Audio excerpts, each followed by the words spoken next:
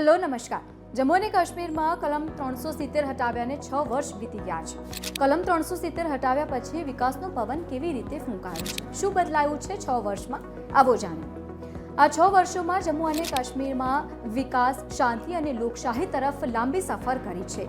5 August 2019ના રોજ કલમ 370 હટાવીને જમ્મુ અને કાશ્મીરનો વિશેષ દરજ્જો નાબૂદ કરવામાં આવ્યો હતો। ત્યારબાદ અહીં શાસન, માળખાગત સુવિધાઓ, પર્યટન, આરોગ્ય, શિક્ષણમાં મોટા ફેરફાર થયા છે।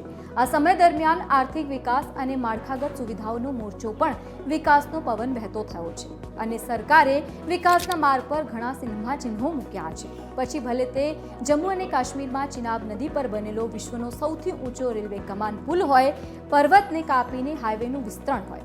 આ 6 વર્ષોમાં જમ્મુ અને કાશ્મીરમાં 80,000 કરોડ રૂપિયાથી વધુનું રોકાણ થયું છે। સરકારનો દાવો છે કે નાગરિક ભાગીદારી વધી છે, માળખાગત સુવિધાઓનો પણ વિકાસ થયો છે અને હિંસા ઘટી છે। કલમ 370 હટ્યા પછી ચૂંટણી કેવી રહી? 5 ઓગસ્ટ 2019ના રોજ કલમ 370 દૂર કરવામાં આવી। ત્યારબાદ જમ્મુ અને કાશ્મીરને 2 કેન્દ્રશાસિત પ્રદેશો જમ્મુ અને કાશ્મીર અને લદ્દાખમાં વિભાજિત કરવામાં આવ્યું। આ પુનઃગઠન પછી જમ્મુ અને કાશ્મીરમાં લાંબા સમય સુધી કોઈ વિધાનસભા ચૂંટણી ન યોજાઈ હતી। છેલ્લી વિધાનસભા ચૂંટણીમાં 2014માં યોજાઈ હતી અને ત્યારબાદ 2018માં ત્યાં ગઠબંધનની સરકાર ભાંગી પડી અને નવેમ્બર 2018માં રાજ્યપાલ શાસન લાદવામાં આવ્યું।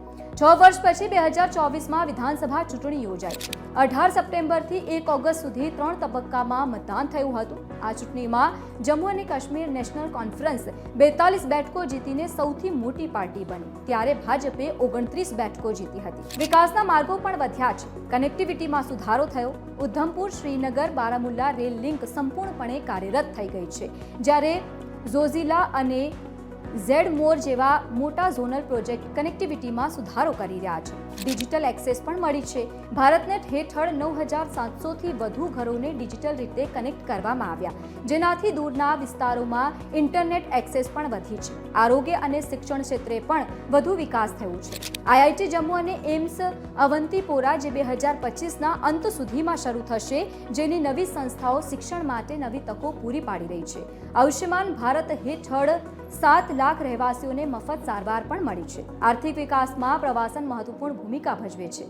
જમ્મુ અને કાશ્મીરના અર્થતંત્રમાં પ્રવાસન મહત્વપૂર્ણ ભૂમિકા ભજવે છે। અહીં પ્રવાસીઓની સંખ્યા પણ સતત વધી રહી છે। વર્ષ 2021માં 7 લાખ પ્રવાસીઓ અહીં આવ્યા હતા, જ્યારે 2024માં આ આંકડો વધીને 35 લાખ થઈ ગયો છે।